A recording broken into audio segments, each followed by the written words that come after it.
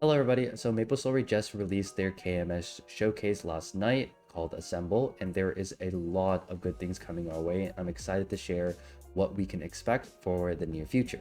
Now, I'm going to break this video down into 6 sections so it's easier to understand, and you guys can easily navigate through the video to see which section you are more interested in, or maybe sections that you missed and didn't see in the actual live show itself. Now, the first section is going to be the new class that is going to be released. The second section is the new origin skill or ascent skill. The third section is the new boss. The fourth is being quality life and game improvements. The fifth section is the new event that is on our way. And last but not least, we are going to be talking about Challenge World Season 2. So let's dive right into the video and the first section. And this is the new class Ren. So this is her visual representation and how she looks. Now she looks crazy. The aesthetics already look very, very nice, and I can't wait to show you guys some of the skills they showcase here, because it actually probably is one of the best aesthetics in the game, and her origin skills actually go so crazy. So before we actually see how some of her skills play out in certain bosses and what they look like, she will be an anima class. An anima class is similar to that of Hoyoung and Laura, so she is going to be the warrior type for anima classes. So that's actually pretty sick in my opinion. So she is going to be a hurricane class. As you guys can see, she is moving around while also holding down one button.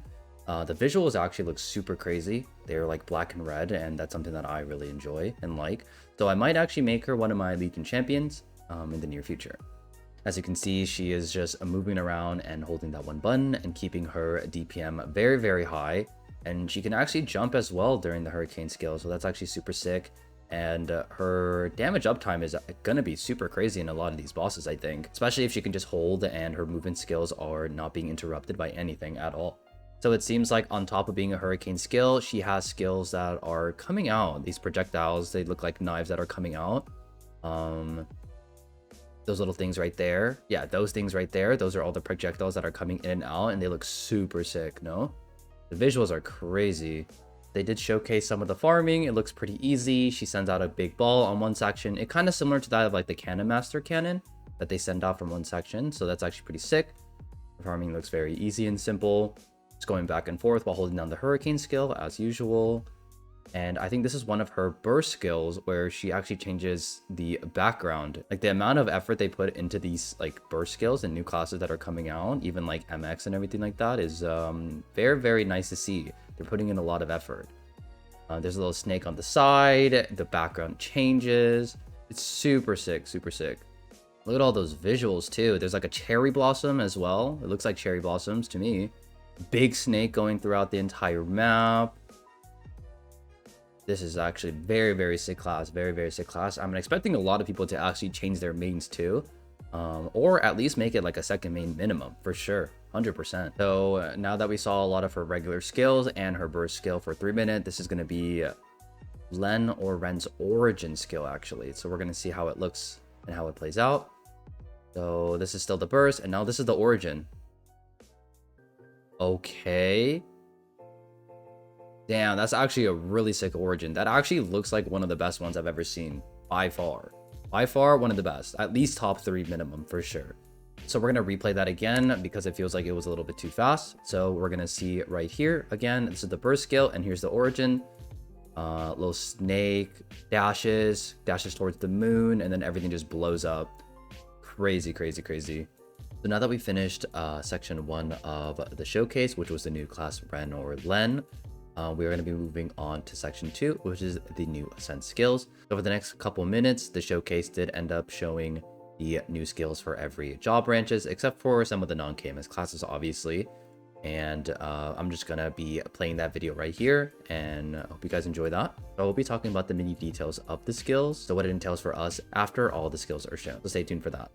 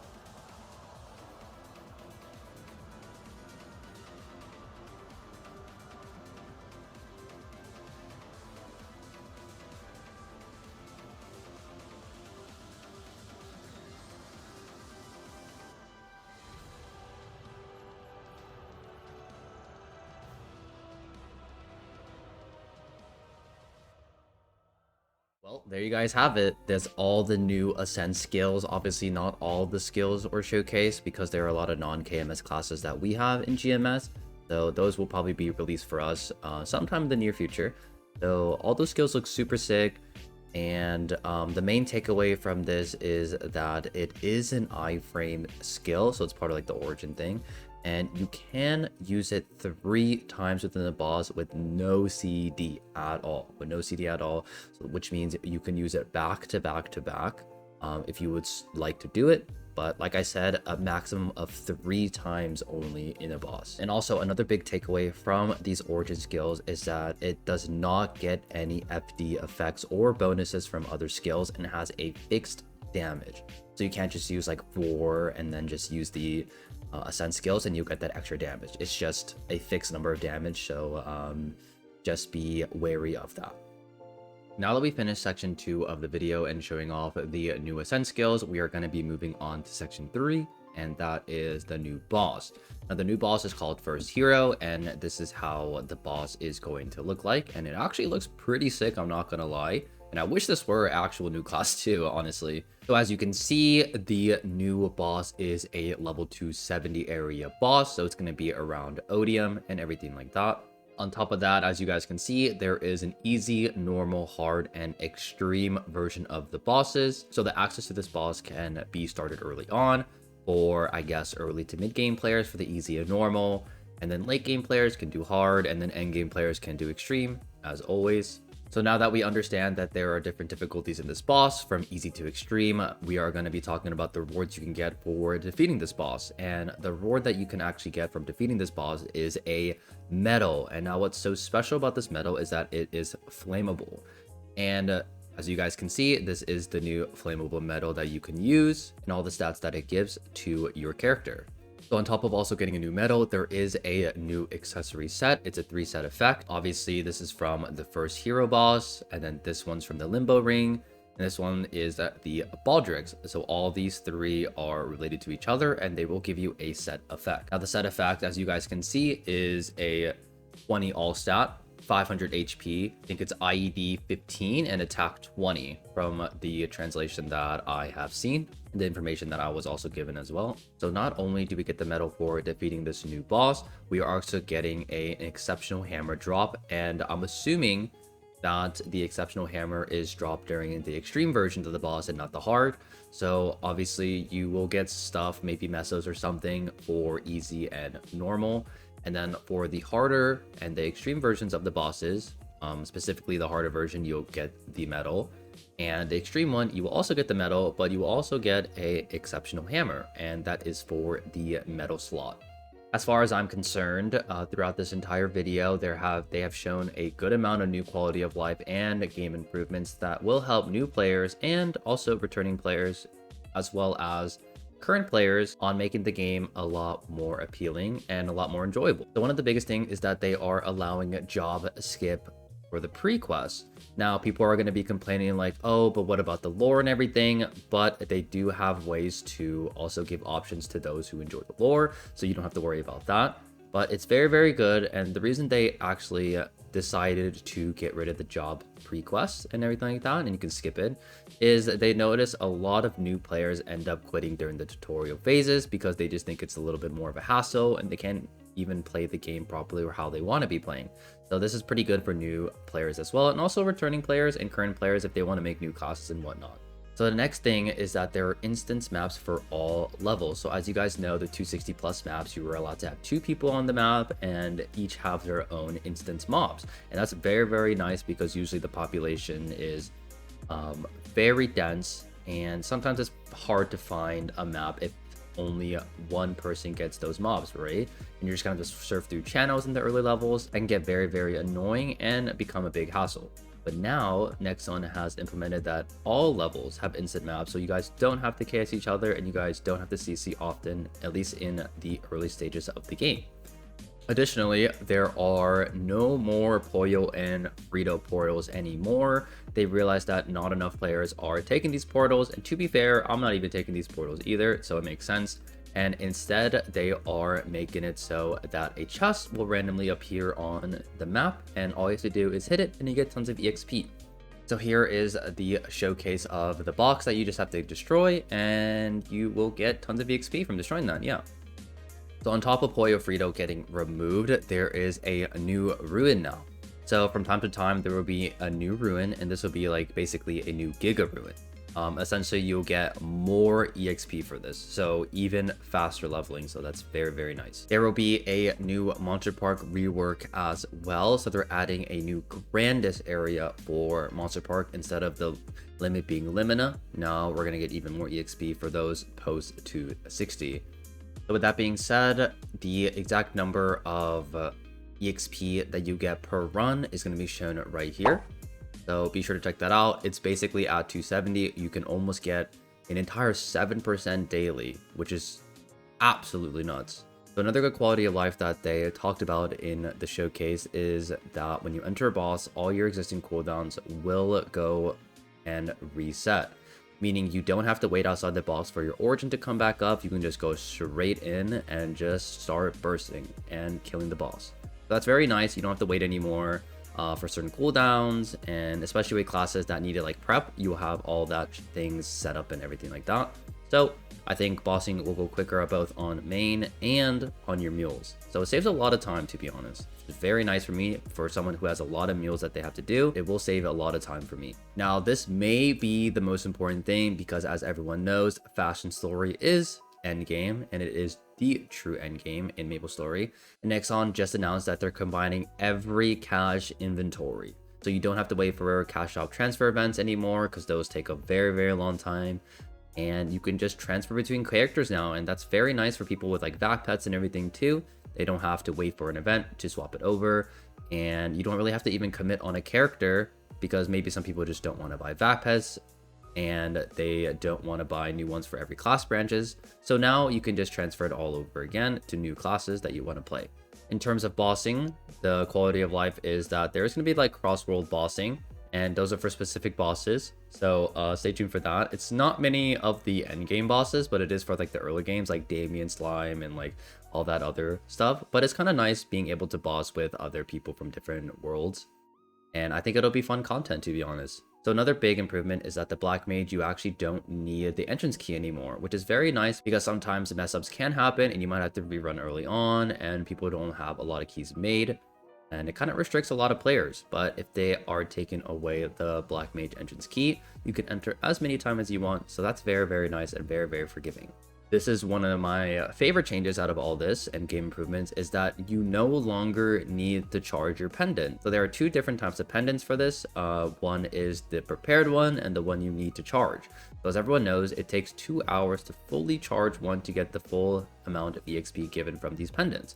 But now there is no need to wait. You will just get the prepared pendant spirit every time. So that's very nice. 30% extra EXP is a lot, especially if you're grinding a good amount as well. Now here is something sick as well. Now you're bringing mobile to PC. So the biggest takeaway from this is that you have to be logged on your computer in order to log into mobile. So that's also a very big thing to know. So Nexon basically said that they don't want to restrict you to be permanently on your PC. So now that as long as you have it running on your PC, you can just go anywhere else and do your dailies on the mobile. There's going to be definitely more details on this and how it actually works in the near future. They just announced that a little snippet of it to get people excited and whatnot. Now for the new summer event. Now this new summer event is called the Twilight event. It's looking like a certain town. There's a lot of little tents out there, little carts, little markets. So it looks kind of actually sick and cute.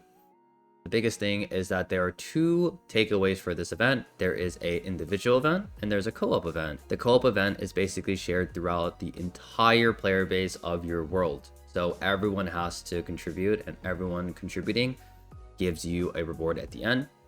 Here's the event check-ins and the cool rewards that you get from these events. You guys can take a screenshot of this or pause the video to see what you can get. It seems like it's very similar to the events that we've always gotten. So that's always very nice because they always give us a lot of good goodies. So as I was saying earlier, there is a co-op event and there also is an individual event. So this orange section right here is for the co-op event. So as you're doing the participation for this, You see the gauge at the top, that is the gauge for the entire world. So once this all fills up, we get rewards. And honestly, I think this is a really sick event because it makes everyone feel like a sense of community. So that's good to see. And once that is filled up, we basically get all the stats on the right hand side. It's looking like a lot of good stats right here. So that's going to be good for clearing bosses on both main and mules, and training in general as well. Last but not least, we are going to be talking about Challenge World Season 2. Now, there is a Challenge World Season 2 pass that you can use. And I think the biggest thing from this event is that there is going to be a Genesis Lib pass that you can pay for. It is 30k NX. Essentially, you can lib as fast as 1 month, which is super crazy. I know a lot of people are going to be doing it, making C10 mules or even new mains is going to be super expedited. Now, also, the biggest thing is, as you guys can see here, instead of a 2-man lib quest, you can actually do it as a 6-man, so it's even easier to lib, which is pretty sick. It does seem like a little bit of a pay-to-win wall. They did mention that it's not, but obviously we know how these big companies are, to be honest. But I still think 30k NX is a pretty good price to be able to lib within a month. Oh, and on top of Challenge World, because currently Challenge World is a 45k total points, they're upping that to 75k, and the rewards are even going to be better than before. So Challenge World Season 2 is definitely going to be a big upgrade because they realized that Challenge World Season 1 was such a big success. Thank you guys so much for watching, and once again, a TLDR, this video is broken down into 6 different sections. And these sections include the new class, the new Ascent skill, a new boss, quality of life and game improvements, the new event, and last but not least, Challenge World Season 2. So be sure to check out all the sections if you missed a certain section or you missed a certain information about the certain section. Now, once again, thank you guys so much for watching my video. I appreciate you guys for tuning in and supporting me. I do stream every day, or I try to stream every day on Twitch. So if you guys have any questions, you guys can write it in the comments down below, or for easier purposes and easier contact purposes, you guys can watch my stream at Aaron's on TV. Bye, guys.